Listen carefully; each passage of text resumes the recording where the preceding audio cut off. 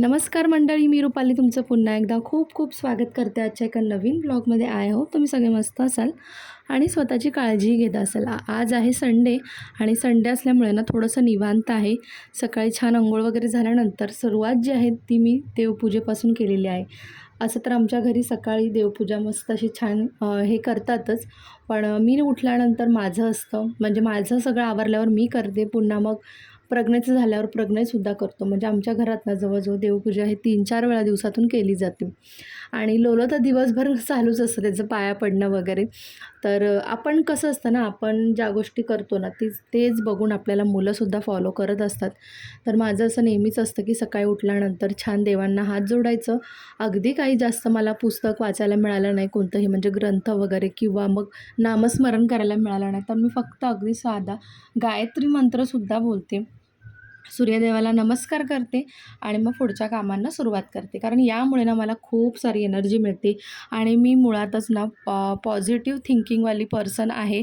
मला निगेटिव्हिटी ना माझ्या आयुष्यात आवडत नाही. मला नेहमी पॉझिटिव्ह राहायला आवडतं, पॉझिटिव्ह गोष्ट विचार करायला आवडतो. म्हणजे जरी एखादी गोष्ट आपल्या लाईफमध्ये निगेटिव्हली जरी घडली असेल ना, तरी ती मी ना पॉझिटिव्ह वेनेच घेते नेहमी आणि यामुळे ना आपण नेहमी आनंदी राहतो. कधीही आपल्याला कुठलाही मानसिक त्रास होत नाही. तुम्हीसुद्धा या गोष्टी नक्की फॉलो करा. आणि आज संडे असल्यामुळे ना छान असा बेत होता, म्हणजे चिकन बनवायचं होतं आज. प्रज्ञेचं खूप दिवसापासून चाललेलं की चिकन खायचं आहे आणि आमच्याकडे चिकन फारसं काही आणलं जात नाही, कारण प्रज्ञेसुद्धा ग्रेव्हीच खातो आणि मिस्टरांनासुद्धा इतकं आवडत नाही आणि मी तर खातच नाही मुळात. त्याच्यामुळे मग चिकन खूप कमी येतं. जास्त करून मच्छी वगैरे असते किंवा मग मटण वगैरेसुद्धा असतं कधी-कधी. तर आज ना छान मी वड्यांचं बेत केला होता. म्हणजे त्याला प्रज्ञेला बऱ्याच दिवसापासून ना वडे खायचे होते चिकनसोबत. तर मी आज तो बेत केला होता आणि हे पीठ जे आहे ना, तर माझ्या मावशीने मला दिलं होतं गावावरून आणि खूप दिवस झालं होतं ना मला करायचं होतं, पण ते पॉसिबल होत नव्हतं. कारण माझं असं असतं की वडे करायचं म्हटलं ना, तर ते खूप थोडंसं ऑइली जास्त प्रमाणात होऊन जातं. त्याच्यामुळे मी शक्यतो टाळते आणि अधूनमधून आपल्या कधी ना कधी पुऱ्यासुद्धा असतात. त्याच्यामुळे मग ते प्रमाण कमी करण्याचं तेलाचं, त्याच्या हिशोबाने मी ह्या गोष्टी टाळत होती बऱ्याच दिवस. पण आज म्हटलं चला फायनली करूया, कारण आता नवीन स्टॉकसुद्धा येईल वड्यांच्या पिठाचा. कारण मावशी जेव्हा जेव्हा गावी जाते ना, ती काही ना काही देतच असते आणि त्यांच्या घरी घरघंटी असल्यामुळे ना हे जे पिठं वगैरे आहेत ना, या सगळ्या गोष्टी मला येत असतात आईच्या थ्रू. तर त्याच्यामुळे म्हटलं चला आता आपण हा जो स्टॉक आहे तो आधी संपूया. म्हणजे आता वेकेशनमध्ये गावी गेल्यानंतर पुन्हा मावशी वड्यांचं पीठ देईल, आंबोळीचं वगैरे बऱ्याच गोष्टी त्या देत असते ती. आणि ज्यांना मावशी आहे ना, त्यांना माहितीच असेल की मावशीची माया काय असते. आपली मावशी ना आपल्यावरती आई एवढंच प्रेम करत असते आणि माझ्या मावशीला 2 मुली आहेत. तर ती त्यांच्यासाठी सुद्धा ना, जसं आपण म्हणतो की गावच्या गाठीभेटी बांधत असते, तसं ती माझ्यासाठी सुद्धा बांधत असते. असं नाही की बहिणीची मुलगी आहे तर तिला देत नाही असं नाही, तर ती माझ्यासाठी सुद्धा सगळ्या गोष्टी ना आपुलकीने, आवडीने करत असते. आणि माझ्या सगळ्या मावश्या म्हणजे तिन्हीच्या तिन्ही मावश्या खूप प्रेमळ आहेत, खूप प्रेमळ आहेत. एका व्लॉगमध्ये मी लास्ट इयर आय थिंक मी शेअरसुद्धा केलं होतं मावशीचं घर. तर आता जेव्हा मी जाईन ना गावी तर दाखवेन. अगदी साध्या सिंपल आहेत. म्हणजे बोलतात ना गावची भोळी माणसं, तशा टाईपच्याच माझ्या मावश्या आहेत. खूप साध्या आणि खूप माया करणाऱ्या आहेत, निस्वार्थ मनाने माया करणाऱ्या आहेत. तर इथे साधं सिंपल ना हे पीठ, म्हणजे कसं असतं ना ह्याच्यात सगळं टाकलेलं होतं, पण कांदा वगैरे टाकते मी वरून, म्हणजे छान लागतं ते. आणि कोथिंबीर, परत आपल्याला तीळ वगैरे टाकायचे असतील, ऑलरेडी बऱ्याच गोष्टी त्याच्यामध्ये असतात, पण तरीसुद्धा मी ते टाकून घेतलं आणि मस्त हे पीठ आता ना भिजवून घेणार आहे.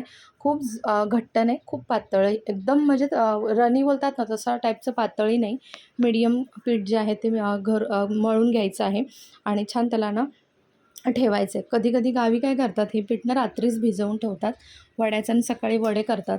खूप छान टेस्टी वडे लागतात. तुम्ही जर कोकणात असाल ना, तर तुम्हाला माहिती असेल की वडे किती छान लागतात कोकणामध्ये बनवलेले. तर आमच्याकडे अशी पद्धत आहे. तुमच्या गावी बनवतात की नाही वडे, चिकन वगैरे? मला नक्की सांगा कॉमेंट सेक्शनमध्ये.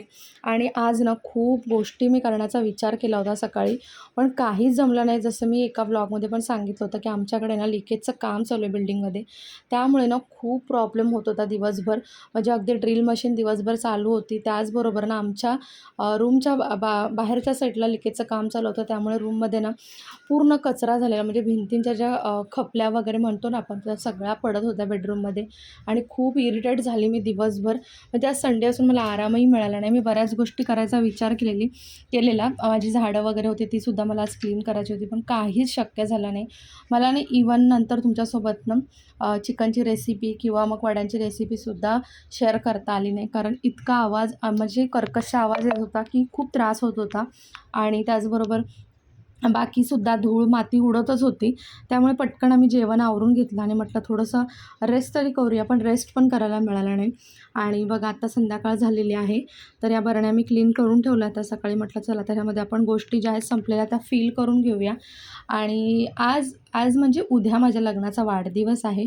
सो संध्याकाळी आमचं छोटंसं ना केक कटिंग वगैरे होईलच, कारण मी जरी नाही म्हटलं तरी पण हे छोटंसं केक का असेना घेऊन येणारच. आणि आमच्या लग्नाला 12 वर्ष कंप्लीट झाली.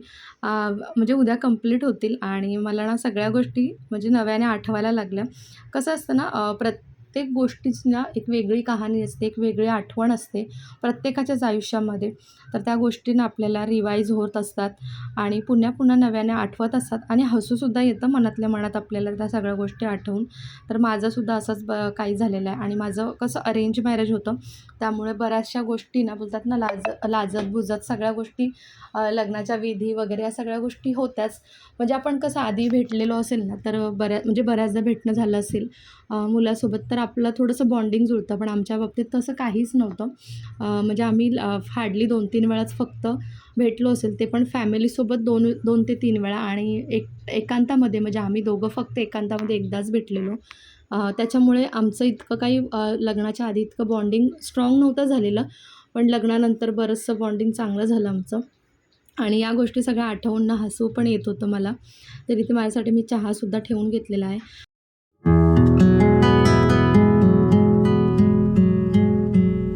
गावी जायच्या आधी ना या कण्या ज्या आहेत म्हणजे रेशनवरचे जे तांदूळ आहेत ते धुवून ठेवले होते, क्लीन करून सुकवून वगैरे ठेवले होते. आणि म्हटलं गावावरून आल्यानंतर आपण ना हे दळायला देऊ.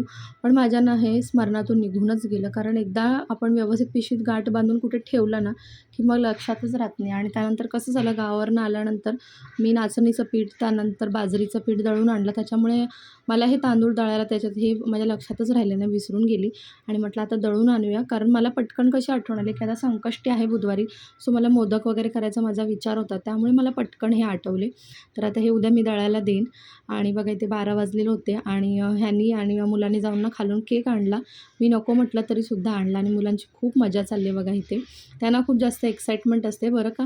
आणि मुलांना ना खूप मजा येत असते या सगळ्या गोष्टी आणि डोलूसुद्धा एन्जॉय करत असतो. आणि इथे काय झालेलं, मी ना केक कट करताना क्लिप जी होती ती मी सेट केली होती, पण मी कॅमेरा चालू करायलाच विसरली, म्हणजे हे स्टार्ट करायलाच विसरली मी व्हिडिओ. आणि त्यात ती क्लिप जी आहे ती मिस झाली. सो असो, ही नंतरची क्लिप आहे जेव्हा मी केक भरवत होतो एकमेकांना.